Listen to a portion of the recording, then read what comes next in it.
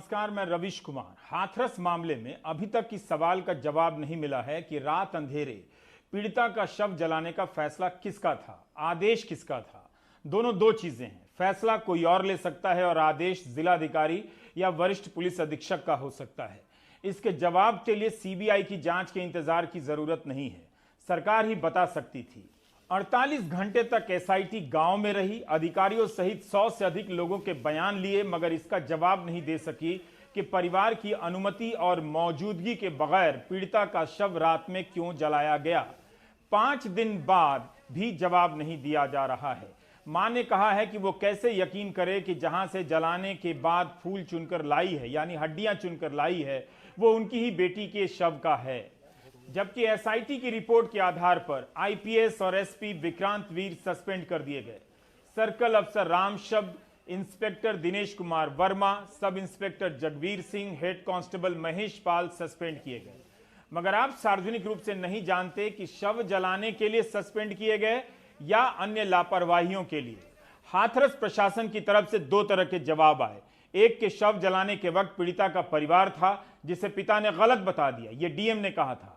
दूसरा जवाब आया कि कानून व्यवस्था बनाए रखने के लिए किया गया ऐसा। दोनों जवाब अलग अलग अधिकारियों के थे। जिलाधिकारी ने भी इस पर साफ साफ नहीं कहा। कानून व्यवस्था के नाम पर विपक्ष को रोकने के लिए भारी संख्या में पुलिस उतार दी गई, नोएडा से लेकर हाथरस तक में। जब विपक्ष को रोकने के लिए इतनी पुलिस है तो उसी की मदद से दिन के वक्त अंतिम संस्कार क्यों नहीं हो सकता था। जो पुलिस विपक्ष के नेताओं पर लाठियां बरसा सकती थी, गांव में पंचायत की अनुमति दे सकती थी, वह पुलिस एक मां और पिता को अपनी बेटी का शव आखिरी बार के लिए देखने नहीं दे सकी। क्यों? शव जलाने से पहले उनकी अनुमति का इंतजार क्यों नहीं कर सकती थी। हमें यह देखना चाहिए कि क्या इस तरह से शवों का जलाना सिस्टम का हिस्सा बन चुका है। यूपी में उदाहरण तो 2014 का भी मिलता है, लेकिन पिछले साल अप्रैल और दिसंबर के कुछ उदाहरणों से आप समझ सकेंगे कि यूपी में पुलिस तय करने लगी है कि अंतिम संस्कार कहां होगा, कब होगा और कितने लोग शामिल होंगे। तालाबंदी की शर्तों के लागू होने से बहुत पहले से पुलिस यूपी में यह काम कर रही है। हफिंगटन पोस्ट, कैरवा और टाइम्स ऑफ इंडिया से कुछ रिपोर्ट आपके सामने रखना चाहता हूं ताकि पुलिस को पता चले और आपको कि हफिंगटन पोस्ट में 31 दिसंबर 2019 को अमन सेठी बिजनौर के सुलेमान और अनस के बारे में लिखते हैं कि पुलिस ने परिजनों को इनका शव एक ही शर्त पर दिया कि जल्दी और दूर के कब्रिस्तान में दफनाया जाएगा, जबकि दोनों की मौत पुलिस की गोली से हुई थी। अनस के परिवार के गिने चुने लोगों को ही सदस्यों को दफन के समय आने की इजाजत दी गई।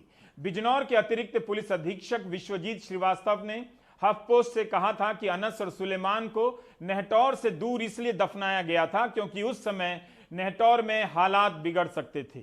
यह भी कहा था कि परिवारों ने हमें आधी रात को अंतिम संस्कार करने की अनुमति दी थी। दोनों के परिवारों ने इस बात से इनकार किया था। कारवा पत्रिका में कौशल श्रॉफ ने मोहम्मद आसिफ और अलीम के बारे में लिखा है। दोनों की मौत गोली लगने से हुई थी। आसिफ ई रिक्शा चलाते थे। दोनों ही मामले में पुलिस ने जल्दी दफनाने का दबाव बनाया। अलीम के शव को तो मिलने के 2 घंटे के भीतर दफनाना पड़ा। पुलिस ने शव देते समय शर्त रखी थी कि दूर किसी कब्रिस्तान में दफनाया जाए। इसी 4 अक्टूबर की रिपोर्ट है टाइम्स ऑफ इंडिया की, पीयूष राय की।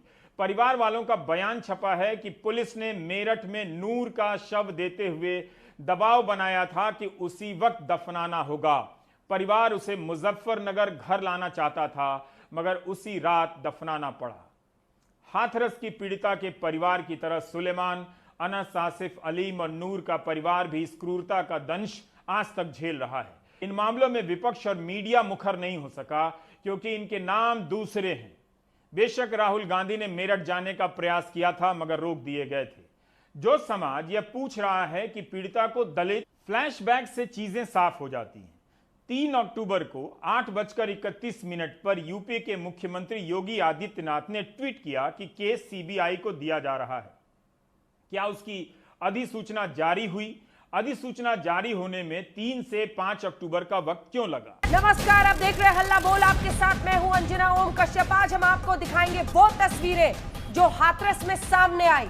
क्योंकि एक तरफ बेटी के लिए इंसाफ की लड़ाई है, लेकिन दूसरी तरफ पुलिस को लाठियां भांजनी पड़ी क्योंकि तमाम राजनीतिक पार्टियां अपनी अपनी सियासत चमकाने के लिए हाथरस में अपना अपना अखाड़ा चुनावी मैदान बना रही हैं। के बावजूद ये तस्वीरें देखिए, हाथरस में हजारों की भीड़ पहुंच रही है, नारेबाजी हो रही है। आखिर क्यों सरकार पर निशाना साधा जा रहा है? आखिर क्यों सीबीआई हंगामा होने के बाद आपने कहा सीबीआई इसकी जांच करेगी। अभी तक सीबीआई को एक केस सौंपा नहीं गया, अभी तक नहीं सौंपा गया। जांच के मुंहजबानी आदेश दिए जा रहे हैं, जांच सौंपी नहीं जा रही।